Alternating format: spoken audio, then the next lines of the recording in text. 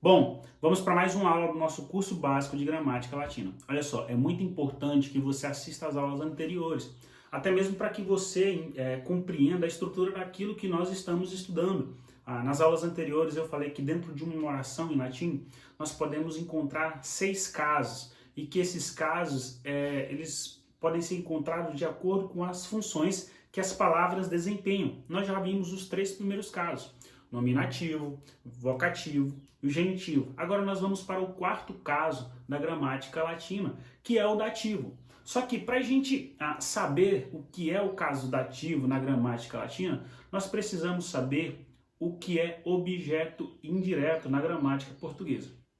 Olha só, lá na primeira aula, quando eu disse que toda ação tinha uma causa, quando eu digo, por exemplo, Pedro derrubou a árvore.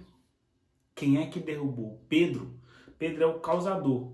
Só que existe um terceiro elemento, né? Pedro derrubou. O que é que Pedro derrubou? A árvore. Esse árvore é um terceiro elemento que cai o efeito produzido da ação de Pedro. Então existe um terceiro elemento para que haja sentido na frase. Só que existem verbos que não solicitam um terceiro elemento. Quando eu digo o pássaro voou, o animal fugiu, o homem morreu, o efeito produzido pelo verbo, ele está todo no verbo, ele tem sentido ali, não é necessário um terceiro elemento. Qual a diferença então entre essas duas orações?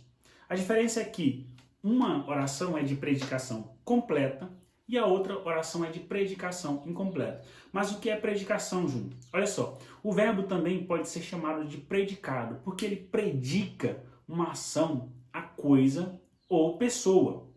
Então, quando eu digo o pássaro voou, a ação, o efeito produzido pela ação, ela está toda no verbo. Então, essa oração é uma oração de predicação completa. Eu não preciso de um terceiro elemento para ter sentido, né? Quando eu digo o homem morreu, morreu. Não preciso de um terceiro elemento para que tenha sentido essa oração. Agora, quando eu digo Pedro derrubou, que é que Pedro derrubou? Eu preciso de um terceiro elemento. Esse terceiro elemento chama-se complemento. Eu preciso de um complemento para que eu entenda o sentido dessa oração. Pedro derrubou. Que é que Pedro derrubou? A árvore. A árvore é a coisa que o efeito produzido pela ação de Pedro recai. E aí, por que eu estou falando isso? Para a gente entender o que é transitividade e objeto indireto. Por quê? Dentro desses verbos de predicação incompleta, nós temos 4 espécies, né? O objeto direto, o objeto indireto, o objeto direto e indireto e os verbos de ligação. O que é essa transitividade? A transitividade justamente vem da palavra transire, que é passar em latim, né? Essa passagem. Então, quando eu digo Pedro derrubou a árvore, né? Que é que Pedro derrubou a árvore? O efeito produzido pela ação de Pedro, ele passa direto para a árvore. Não há necessidade de uma preposição. A passagem, a transitividade, ela é direta. Então, a esse complemento chama-se objeto direto. Por quê? Porque a passagem do efeito produzido pela ação, ela é direto à coisa, né? Pedro derrubou. O que é que Pedro derrubou? A árvore. Quando não exige a preposição, quando o verbo não pede a preposição, esse complemento é o objeto direto. Agora nós temos a segunda espécie, que são os objetos indiretos. Quando eu digo o filho obedece ao pai, o verbo obedecer, ele pede uma preposição. O filho obedece ao pai. O filho obedece ao pai. Então, o verbo pede uma preposição. Quando o verbo pede uma preposição, nós temos aí um objeto indireto. Entende? Então nós estamos. E é justamente o objeto indireto que é o caso dativo da gramática latina. Então, quando o verbo pede a preposição, nós temos, para dar sentido na oração, nós temos aí um objeto indireto. Na gramática portuguesa, nós temos até algumas particularidades, né? Porque, por exemplo, o verbo assistir. O verbo assistir, quando ele é objeto direto, ele tem um sentido. Quando ele é objeto indireto, ele tem outro sentido. Por exemplo, quando eu digo o enfermeiro assiste o médico, eu estou querendo dizer que o enfermeiro está auxiliando o médico. É objeto direto. Agora, quando eu digo o enfermeiro assiste ao médico, o enfermeiro pode estar assistindo o médico ali no celular, no YouTube, no computador, onde é que seja, mas ele está assistindo, não está auxiliando, entende? Existe essa particularidade. Nós temos o terceiro caso, que são os casos em que a oração ela tem o verbo, o objeto direto e indireto juntos, né? Quando eu digo, eu relatei a agressão ao policial, eu relatei, o que é que eu relatei? A agressão.